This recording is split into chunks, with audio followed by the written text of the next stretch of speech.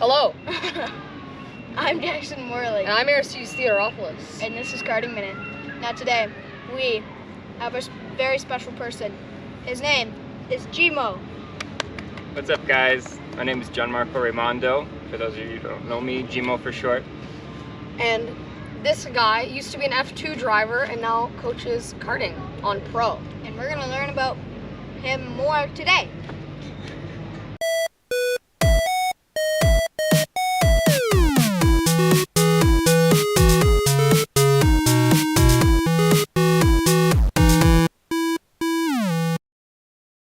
So, GMO. Yes. What is the difference, driving style-wise, precision-wise, between karting and cars?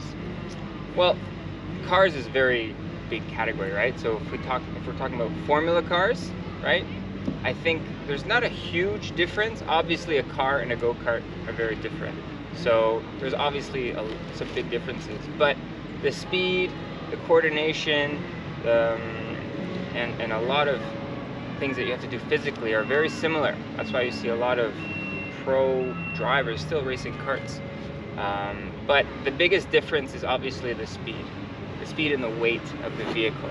So a Formula car, so let's say a Formula 3 car, is a lot bigger obviously than a go-kart, so it takes a lot more time for things to happen, but it has downforce, so it can take corners really a lot faster. It's a lot more stable than a go-kart. A go-kart, you have to slide it. It's there's no real springs or suspension in it, so you're dealing with a lot of metal flex, so it's very, very direct and violent. So those are probably the biggest differences I can say in like 30 seconds. Yeah. Alright. What is your favorite track out of karting and cars altogether? Favorite track of all time? Yeah. Wow. I like Spa is amazing, Nürburgring is amazing. I have favorite parts of certain tracks. I don't have one favorite track. All right. Because there's so many tracks. Top three. Probably Spa, Nürburgring. We'll throw a karting track in there. We love you! We love you too! Hi, Richard. Oh, God. Karting track, let's see. Mosport obviously is amazing. Yeah, I'll go with Mosport. Okay. Now, GMO, Yes. I would assume you've won some stuff. Okay. So what is your most proud victory? Whether it's karting or cars, what one meant the most to you? Honestly, wow, that's a hard question. I've been fortunate enough to win a couple races here and there, so my last race, one of my last races in a car actually, I won. So that was in the Porsche GT3 Cup. And I got pretty emotional after that race because it was a very, very stressful build-up to that race. There was a lot that went on behind the scenes. A lot more went on behind the scenes to that race than probably a whole year's worth of Formula car racing. You know, so when you have to look for, you know, all the opportunities and go through all of the logistics yourself instead of having a team of people behind you, a manager and all this other stuff, it's difficult. And there's a lot more I have to concentrate on. Honestly, the driving was the thing I concentrated the least on. So when I actually was able to win after overcoming so many complications before the race, it was really, really rewarding. Yeah. Nice. Nice. How did you get to Formula 2? Like, what was your journey there? And, like, how did you start karting? So, from start to finish, I would say, I started karting when I was 9 years old. Started more as a hobby with my dad, and we raced locally every weekend.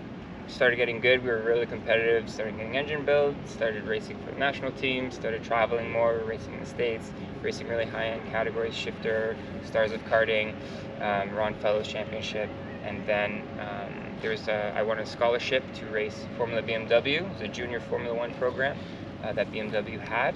I was able to win a scholarship to race in their series, so I won some sponsorship from them. I won the rookie championship that year, won another scholarship for another year, And then I moved to Europe, raced Formula 3 for 3 years. Was vice champion of my last year in F3.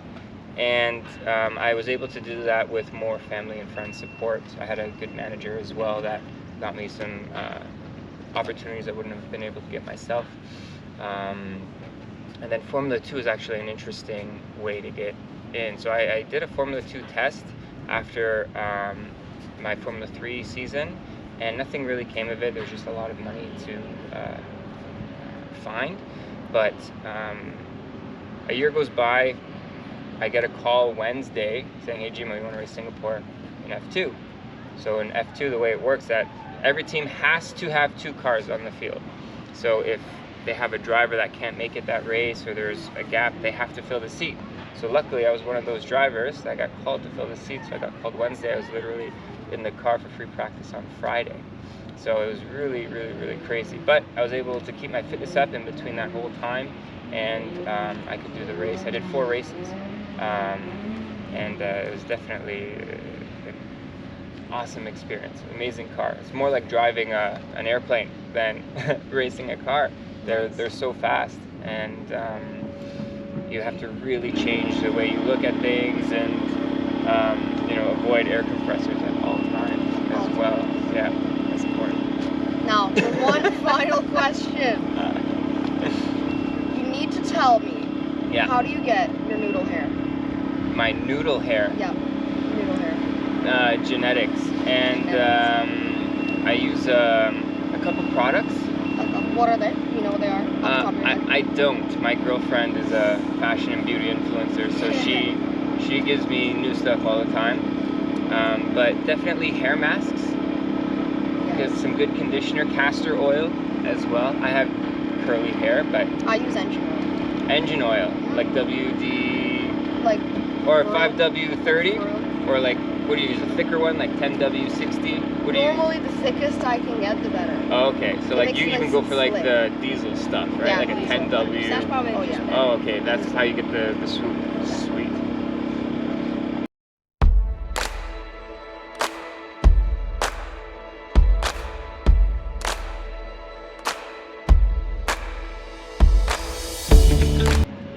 That's all for now, folks.